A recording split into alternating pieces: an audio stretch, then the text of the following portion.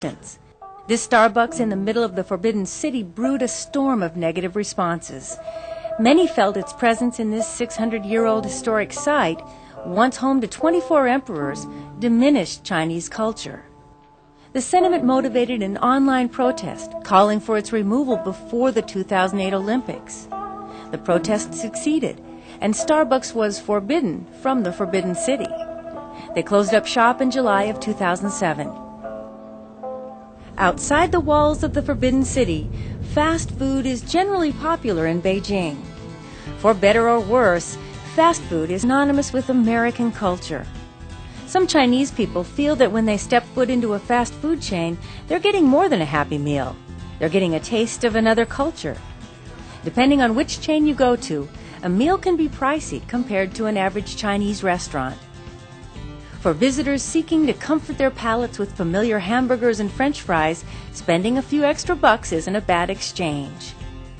Food may temporarily satisfy your taste for home, but there's no sure cure other than feeling at home in China. Understanding the local culture helps. So to make the city seem a little less foreign, we went to international students living in Beijing for some cultural tips. So Christina, what is one piece of advice that you wish someone had given you before you came to China? That you should be able to bargain. Oh. Because when you buy things here, it's all about bargaining. Because they usually start at a really high price, but you should really go down to half the price or else you'll be cheated. Michael? Well, I think one thing that's different here is restaurants. In the U.S., we're used to people waiting while we decide on what we'd like to order. Except here in China, they like standing at the table, standing right next to the table while you're deciding. So for me, it was really hard to get used to this. And I tried asking them in Chinese, please come back in 5 minutes. But I guess my Chinese pronunciation wasn't very good, so they thought I wanted a bowl of zhou, which is a bowl of porridge. So they said they had no porridge at the restaurant, and they kept standing there. I would have to say bring lots of toilet paper, because if you expect that every bathroom in China is going to have its own public toilet paper for everyone to use, you're dead wrong. Can you think of one that's been a challenge for you? Nate? Not quite a challenge, but just something I needed to learn was at the supper table. You're supposed to in Western culture, it's pretty much you're still considered a nice guy if you pour yourself your own tea or your own beer and then just pass it on or whatever. Right. But in Chinese culture, there's very you're supposed to pour it for the guest first, basically.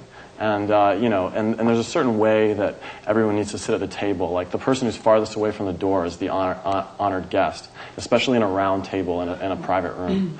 And so I've gotten the habit of just pouring everybody else's drinks before I pour my own here. Any other challenges? Anything that doesn't make sense? That I have experienced a challenge once when I went to the bathroom, and there's this guy sitting on the floor because they don't have doors between some places they don't have doors on the squat toilets, and I think that's very challenging to have no privacy when you go to the bathroom, and some people don't care, and I think that's a product of living very close, a lot of people, and I guess that's how they get used to it. A lot of the toilets are squatters here, so just be prepared to not sit down to actually squat. Okay, tell me the one thing, so you get one thing that you miss about home. Michael. This is going to sound funny, but tacos. There are Mexican restaurants here in Beijing, but none of them are really like good tacos or salsa. Just because living in a multicultural country, there's so much options of food, and tacos are something I really miss. Christina. I miss the bread in Norway. Because we usually eat bread for breakfast and bring it to school. We're really like a bread country, so I really miss the good bread. Arton. The cooking of my mother, I really miss it. Alex? I guess I kind of miss just shopping and not having to bargain, because sometimes you get so exhausted by doing that, and then you walk out of the store feeling so satisfied that you spent 15 minutes bargaining for this coat, and someone says, "Wow, you really got ripped off in there." You know? So it's kind of frustrating not having a set price and going from that. So. Yeah. And what do you do to overcome homesickness? Eat good food. Eat good food? Yeah, there's a lot of good restaurants here that actually have decent prices. A lot of good Japanese restaurants, Italian ones. I think it's good.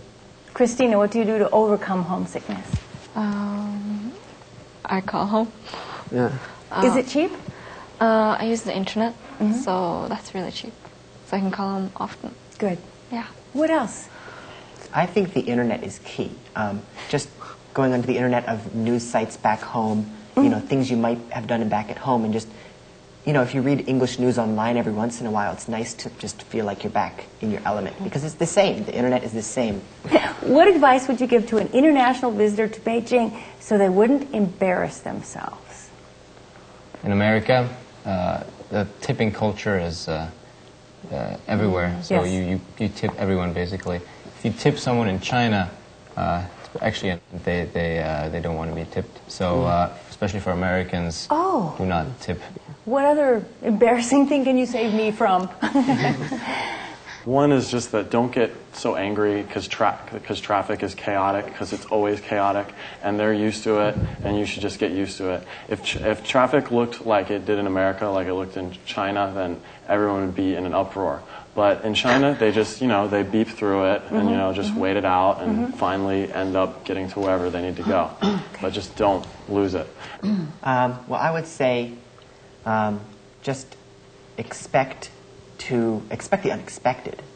Because if you don't expect something and maybe you act strangely when you react, you know, people will also react strangely to your reaction. Just expect the unexpected. Okay. Okay, so your parents are coming to visit you here, or your best friend is coming. What's the one thing they can't miss in Beijing? What do they have to see? Well, this is going to sound kind of funny. It's not a typical tourist thing, but you're coming to China, the most populated country in the world. I think you have to go on a public bus once. Otherwise, you won't know what the real China's like. If you stay in cabs the whole time, you're not going to know. So go on a public bus at least once. What else? Forbidden City. That's one of the biggest attractions in Beijing, and you know, people will tell you, you know, go see some secret stuff, but the Forbidden City is actually one of the most beautiful things that Beijing has, and I think everyone should go see it. When my mother came to visit, she told me that when she came to the Great Wall, she really knew she was in China. And just, I mean, that's just one of the things you really should try out, because it goes on forever, and you can see it trailing on forever. Yeah. I don't think there's anything to apologize for with that. You have to see the Great Wall. Yeah. We've heard about it. You have to touch it. Yeah, you have to walk on it. You have to run and play and climb on it. Christina, what do you think? Where would you take your mom or your very best friend? I would take them to Hutong. That's the old Beijing. It's near Tiananmen. And there you can just see all the old buildings and just how Beijing was before. And it was really beautiful. Now that you've heard their suggestions, see the sights for yourself. In our next episode,